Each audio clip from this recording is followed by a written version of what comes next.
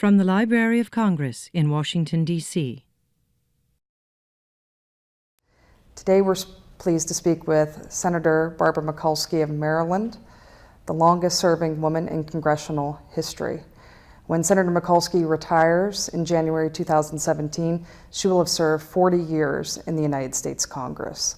Senator Mikulski, on behalf of the Library of Congress, we are privileged to speak with you today about your distinguished career. Well, I'm excited about being here and sharing some views and insights about what it's like to serve. For me, it was 10 years in the House, 30 years in the Senate, but it's not how long you serve, it's how well you serve. You know, for every one of those elections, Maryland or the 3rd Congressional District gave me their vote and gave me a vote of confidence. So it's about working here, being here with no issue too small to take up and no guy or organization too big to take on. That's terrific. So we'll start in the beginning. Talk to us a little bit about your neighborhood growing up in East Baltimore. What was that like, and what did you learn about public service from growing up there? Well, I grew up in Baltimore. And during those days, it was a blue-collar town. It would be part of what Roosevelt would have called the arsenal of democracy. In and around our community was a steel mill. We built ships. In fact, even during World War II, we built the famous Liberty ships that sailed the North Atlantic, taking cargo to our boys fighting with the greatest generation. But it was a community that was really like an urban village. Different ethnic groups lived in different communities, Little Italy, Polish Hill, and people lived, worked, and worshiped there. Strong sense of community, a lot of social capital, neighbor helping neighbor. My father had a small neighborhood grocery store. He and my mother worked in it, and every morning my father would get up very early and go over, we lived across the street from the store, open up the doors of his store and say, "Good morning, can I help you?" Now, I was raised with that ethic, that it was, "Good morning, can I help you?" To not only do business, but do a business in a way that helped the community and served the community. I also had the opportunity to go to Catholic schools, and there, the great nuns that taught me not only the 3 R's, but they taught me a 4th R called respect for your neighbor, help your neighbor. And in my faith, it was the Beatitudes. Do what you could to heal the sick, help the poor, feed the hungry. And so I grew up with this whole ethic that we are our brother and sister's keeper, whatever you do in the neighborhood, whatever you do in business. You went on to earn an undergraduate and graduate degree and then go on to work as a social worker for Catholic Charities and also for the city of Baltimore. So tell us about how you got involved in politics. Well, I've always wanted to help people. Again, I was in that environment and had this great opportunity to really be able to put that value into action. At Catholic Charities, I was a foster care worker, and at the Department of Social Services, I was a child neglect worker. In other words, protecting children from child abuse. I learned a lot because I grew up in a wonderful home in a wonderful neighborhood. And what I wanted to do was be able to help people, not only one by one, but to be able to help communities. I felt that the road to politics would be social work with power. I didn't think I would go into politics. When I was growing up, politics was political machine, pot-belly guys, smoke-filled rooms. They were named Tom, Dick, and Harry. They weren't named, Barb, Olympia. That's right. Sue. So, but the powers that be downtown were going to put a 16-lane highway through the older European ethnic neighborhoods and also through the first black home ownership neighborhood. Well, I got into a fight to save the neighborhood, to save homes. People were being pushed around as well as their home being bulldozed. They weren't getting replacement value for their home. They weren't getting relocation benefits. So I was part of a hell no, we don't have to go committee. And in organizing that effort, I knocked on the doors of City Hall and was rebuffed. And I decided that, what the heck, I would run for Baltimore City Council and open doors so that the people could get in, that if I got in, I wanted to bring the people with me.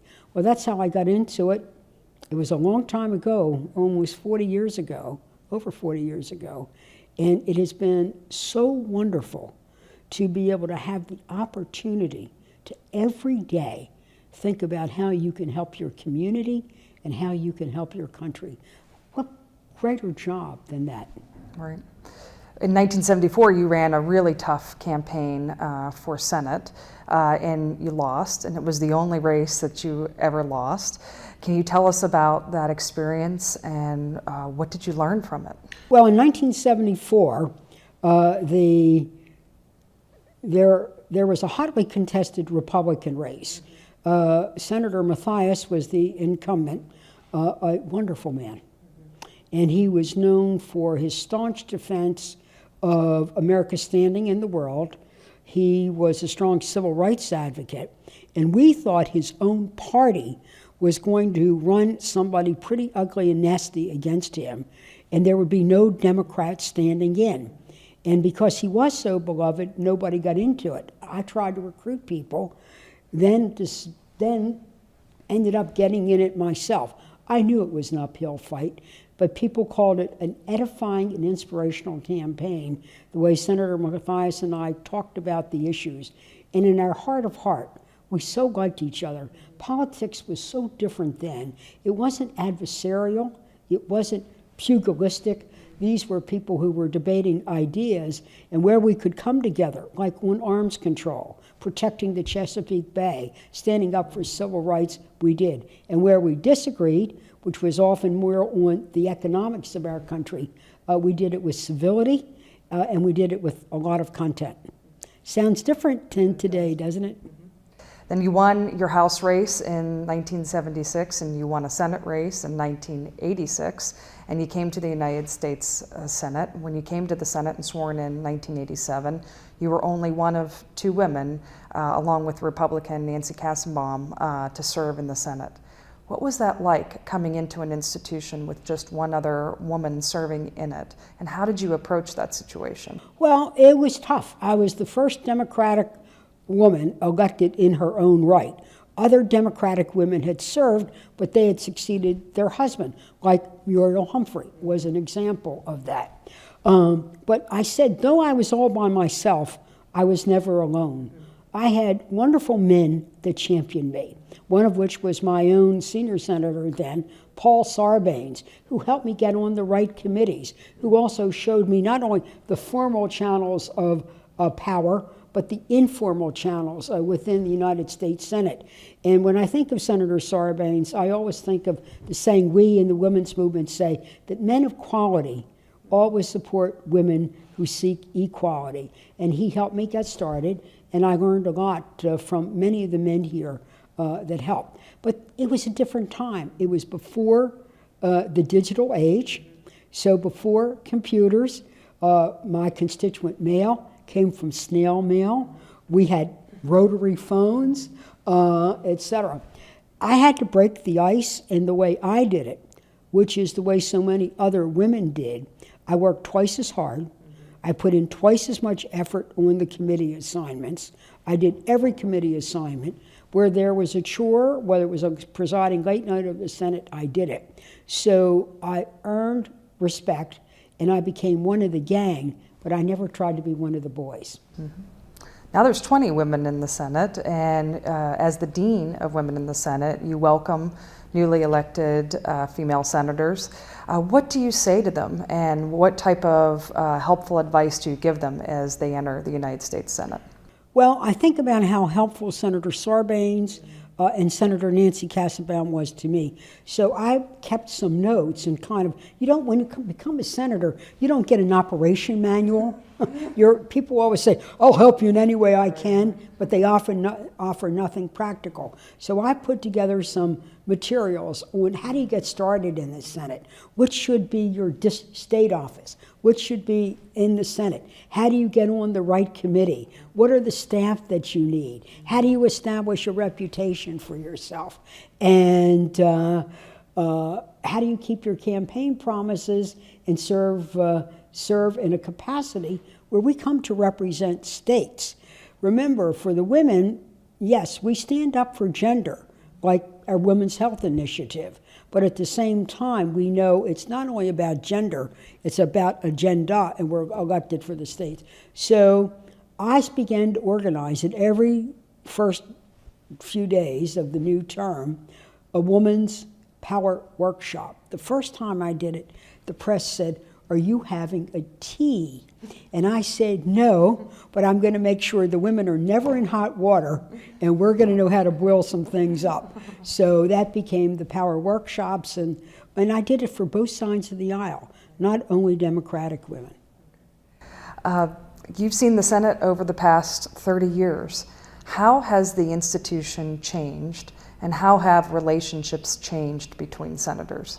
Well, first of all, the world of technology has changed the Senate. Number one, we're on TV. My predecessor, Senator Mathias, cautioned about that so many years ago. Would we become essentially a showbiz Senate or a real biz Senate? But I believe in everything being televised, whether it's the Senate proceedings or whether it's the committee, so people see that our democracy is open. That's a good thing. The second thing is that we have moved more to a digital world. That means it enables my constituents to see me or talk with me. Like, just look at what we can do through, appearing on TV, where we could speak to each other even on teleconference calls, like in remote areas of the state. So technology has facilitated communication with constituents. What has changed, though, is that I feel that partisanship has become more hyper and more prickly. I don't think that's a good thing. We're here to represent states. We're not here to represent political parties. We declare our party because each party has a platform and a philosophy, but at the end of the day, people want us to be able to come together for the common good and the good of the country. We've tried to do that among the women. Early on when more women came in the Senate, 1992, after the Anita Hill debacle, when we got our so-called Year of the Woman. Well, I didn't go for that. It sounded like, we get 1 year, like the Year of the Caribou, the Year of the Mushroom, it'll be the Year of the Woman. So, but more women came on both sides of the aisle, one of whom was Senator Kay Bailey Hutchinson. She had an idea on helping the economic empowerment of women, where women could contribute more to the IRAs if they were working at home or homemakers. Her staff discouraged her from working with me, a liberal Democrat. My staff wasn't too excited about it, a conservative Republican from Texas. But you know what? We did want to help women save for old age. And we got together and had dinner to discuss possibilities and strategy. We had such a good time. We developed a strategy, we had some laughs, we got to know each other better. And we said, we're having such a good time, why don't we invite the other women, which we did. And that became that famous having dinner once a month among the women of the Senate. And there we had a rule of no staff, no leaks, but also that we would work to be a zone of civility, that whatever was going on, that we would try to do it with civility among ourselves, that our debates would have intellectual rigor, they would not be rancorous or hyper-rhetorical. And when the day was over, the day would be over. And I think that has worked, and I think it has certainly helped move the Senate forward. When women have became committee chairmen, I don't know if you noticed, but we actually passed bills. Well, you have a reputation as a senator for wanting to get things done in that way. You also have a reputation for adhering to certain values or principles throughout your career. So how did you balance that as a senator, being both principled and also pragmatic? Well, I believe that you can, number one, when you look at an issue, the question is, how do you get things done? And what are the things that you must have, et cetera. And I believe, though, that along the way, just in life, you have to also compromise. But you can compromise on an item. You don't have to compromise your principles. An example, when I was working on legislation I wanted to have a tax deduction for people who were full-time caregivers in their own home to be able to help those families out. When I went to a Republican male, he said, "Senator, that's a great idea, but I can't sponsor it. It costs too much money. Would you modestly shrink reduce it?" Well, I said, not to the point where it would be ridiculous, but I would be willing to compromise. That moved along. The other was I was working with other legislation related to legislation to help children who have Down syndrome and other intellectual handicaps. This came from a family with a daughter with Down syndrome. Her name was Rosa. And I said I would change the law as long as we don't alter the benefits. But I teamed up with a Republican, Senator Mike Enzi of Wyoming. We looked at the bill and we wanted to know, how could it be achievable? How could it be affordable? And make sure we didn't hurt benefits. Senator Enzi is a professionally trained accountant. I'm a professionally trained social worker. We put our heads together. We have passed Rosa's law. The language is now to refer to these children as intellectually disabled. It was signed at the White House, and by us being best at what we needed each other for, his keen eye to make sure there was no possibilities of abuse, that we would not negatively impact benefits. I looked at the achievability, and then we brought Republicans and Democrats together. Isn't that the way it's supposed to work? The best idea came from the people. We made sure it was a good idea, and it did no harm. And then we didn't want to do any harm to the children, and we didn't do any harm to our budget. We did it. Along this vein, I mean, you've been a consistent fighter for older Americans, for children, for women, for veterans. What are some of the accomplishments throughout your career that you'd like to highlight in that regard, and what work still needs to be done amongst those populations? Well, when I came to the Senate, I wanted to also concentrate on a women's health agenda. I was very concerned, because I'd learned about it also in the House, that women were being systematically excluded from the protocols at NIH. They said our childbearing life cycles would tilt the research. Well, what was that? Was that sound science? Was it modern science or old-fashioned stereotypes? And I teamed up, again, bipartisan, Republican, Senator Olympia Snowe, Republican, Connie Morella, a sister Democrat, Congresswoman Pat Schroeder. And you know what? We went to NIH. We pushed for reform. Women are now included in the protocols.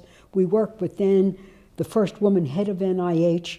We were able to get the first money for the first longitudinal study on hormone replacement therapy. It changed medical practice, and guess what? It has lowered breast cancer rates in our country by 15%.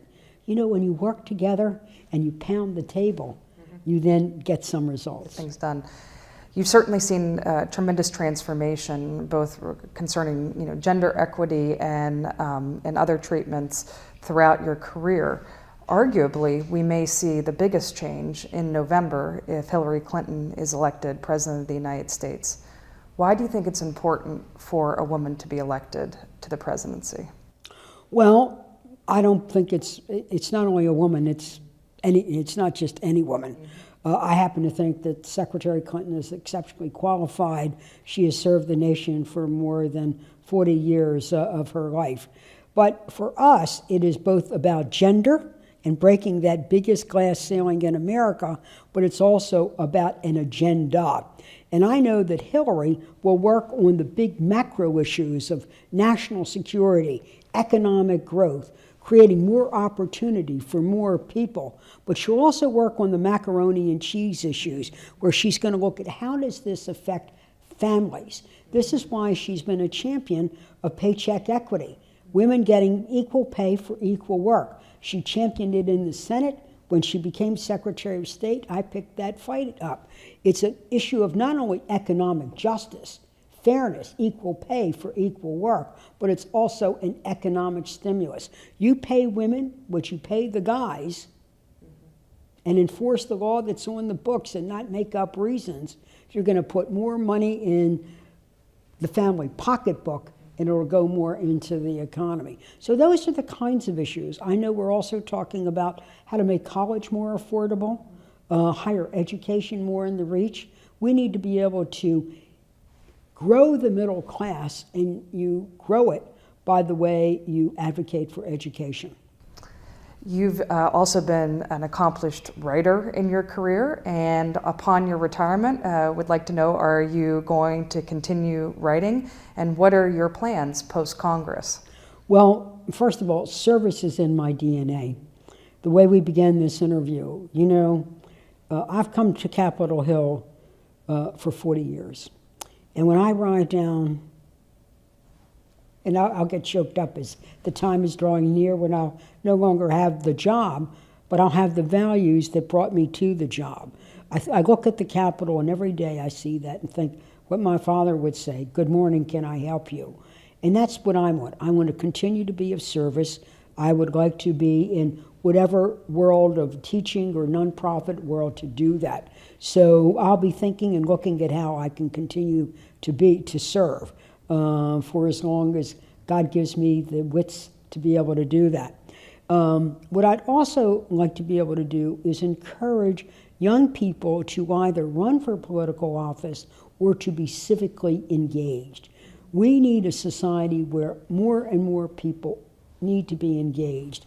And when I am out on college campuses or talking to young people, they have so much energy. They have ideas and they have idealism.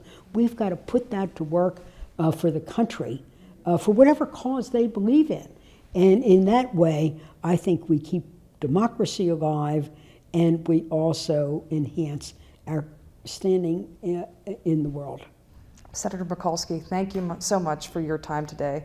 On behalf of the Library of Congress, we congratulate you, and we look forward to many more years of working with you. Thank you. Well, thank you. You know, I believe in this. Each and every one of us can make a difference, but when we work together, we can make change. Thank you. This has been a presentation of the Library of Congress. Visit us at loc.gov.